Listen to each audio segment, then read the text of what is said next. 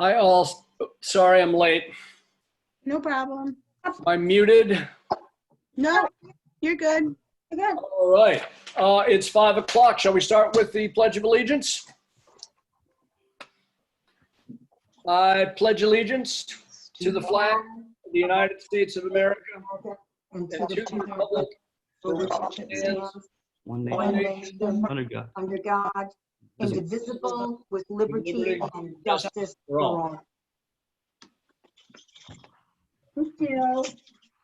Thank you. Sorry to sweep in at just the stroke of 5. Can you see Let me Huh? get to, I've been frozen out from the agenda here. The first item on the agenda is the visitor policy. Is that correct, Mariah? Yes, it is. Yes. Let me see if I can get back in here. I don't know what happened. Somehow it got reset so that now it's enter a password if I leave it alone for a bit. Want me to share it on the screen? And the question with the visitor policy was simply one of whether or not the school was going to provide masks for visitors. Is that correct? Yep, Sonia had answered that last time and it said that it would happen. And so that sentence has been added into the end of the policy. I'd be happy to share that on the screen if you'd like. It would be helpful in that I'm clicking, oh, here it is. I've got it on my computer. So does that, my one question is that this also applies to visitors who are just on school grounds. So I don't think that we are likely to be providing them for those people who are outside the school on school grounds, but certainly if somebody needs one to come inside, I guess it is what it is. Does that make sense? Yep, Yes. and that's the last line on the policy. Anybody have anything that they want to add to that, take away from that? Any discussion at all? No. Okay, we're on for a second read for this tonight. Is that correct, Mariah? All right, moving on. The next on the agenda is the non-resident students policy. With, I was horrified to read the sentence that I proposed. I believe I've become my father at some point recently. I sound like an old Victorian man. That's okay. So Bring it. short of that, but this was suggested as a provision for tuition paying students. John Anderson vetted the language, and does anyone have anything they would like to add? Or it seemed to me a reasonable stipulation in that if one were going to a private school or a college, that would be the case, that you wouldn't be getting transcripts or grades, et cetera, until you had paid in full. And John seems to think that despite the fact that we were a public school, that this is permissible because it would only apply to tuition paying students. Right, ordinarily it wouldn't apply, but, Correct. right, so this is the exception. And so we do have that little typo there with the We T. may well. Yeah, it's all good. We just make sure that, yeah, we just have to make sure that's Oh, right. yes, sorry, it says not rather than nor. Yeah, no big deal. And Yeah. perhaps we could, should we bring it into the 21st century by saying provided, or I don't know. We could go with furnished, whatever anyone wants. It's fine with me. Okay. However you want to phrase it. Okay, so that word is up for grabs, but Could we get it the? looks good, and it's a really good addition to the Could policy. we get the not just changed to nor for the Right. first read, please, Mariah? Anything else on this from anyone? Can somebody read that or put it on the screen? I don't see it. I don't have it. So this is a sentence that was added into the paragraph that relates to tuition paying students.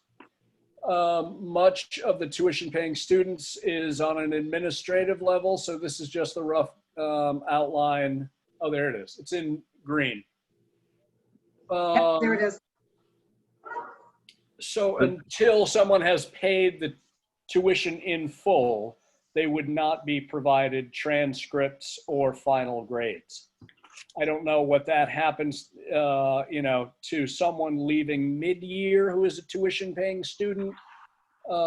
This clearly wouldn't be a problem because it only says final grades. Do we want to? I mean, I'm assuming that most tuition-paying people aren't leaving mid-year, but if we delete final and just say grades, but that also then puts people in the position where they have to pay ahead in order to get the first semester grades, first quarter grades, they would have to pay in full if we didn't have final, which is why I mean, final grade, yeah, I see where you're going, but final grades could mean end of year, could mean end of term, could mean if it's a semester class, which is 2 terms. So I think we're good with final grades. Works for me. Gives us the leverage. Did you have any questions, Pat, about? No, I think that's good. Where's Clough? He is here somewhere. Attorney Clough is here. Hello, Attorney Clough. Hi, how are you? Good.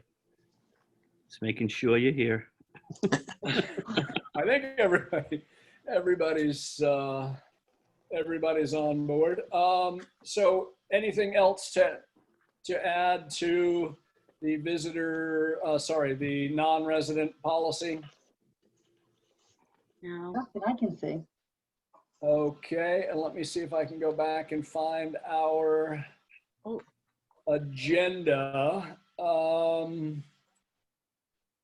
for 3.3, I think it's the policies regarding the principal being the educational administrator and manager of school and school property. So this is one that we haven't waded into. This is, I suspect, my last policy meeting.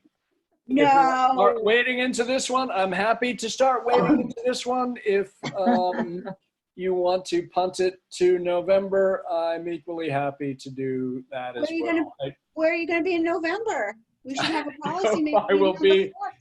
I hope I will be sitting in this very seat, but not staring at a Zoom screen. This was, and much of it was just the question of whether or not it was even necessary to go through this exercise, given that so much has already been prescribed by the General Assembly. I mean, at this juncture, my preference would be to let whatever the incoming school committee is going to be make the decision whether or not they want to distinguish Little Compton from just that enabling legislation, but I'm open to whatever the committee wishes. I think if we have a job description, which we do, and it might have to be tweaked, we have the statute that is pretty clear. Am I right, Sean? So if we start crafting policy around that statute that is pretty direct and clear, I don't know. I just don't think I don't think it's necessary. We have the statute, force of law, and we have all the personnel pieces, the HR pieces. That yeah.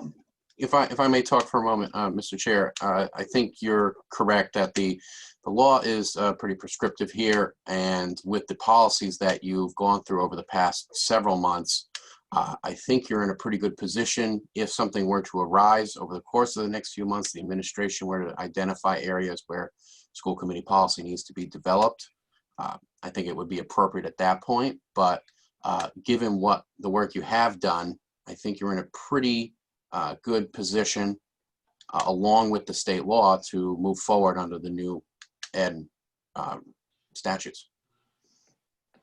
Works for me. Anyone like to add anything else to 3.3 at this point? No. Is there any public input for future agendas? No, but I would like to thank on behalf of district and school administration, all the work that you've done with policy in my short 2 years in Little Compton, Ed. I don't think I've ever been part of a committee that accomplished so much so quickly and efficiently. Maybe a couple of NEASC teams, but accreditation teams, but you know, that was fast, furious, and time limited. This was 2 years of continuously improving policy, retiring policies, crafting new policies, tweaking, perfecting. You're masterful at it. You're a wordsmith.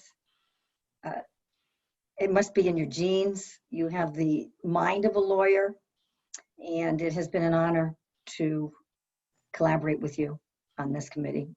Well, I thank you very much. The pleasure has been mine, and the honor has been mine as well. And you've all made it very easy to do this. I've enjoyed it. Round of applause for Ed. Thank you very much. On that note, since I can even see myself blushing in the on the screen, I'm happy to accept a motion to adjourn, if there is one. I'm just gonna wait until 5:59. No, motion to adjourn. Okay. All those in favor? Any opposed? We are then adjourned at 5:12. Thank you all very much. Thanks, Ed. We are indebted to you. Hardly. See you shortly. Bye.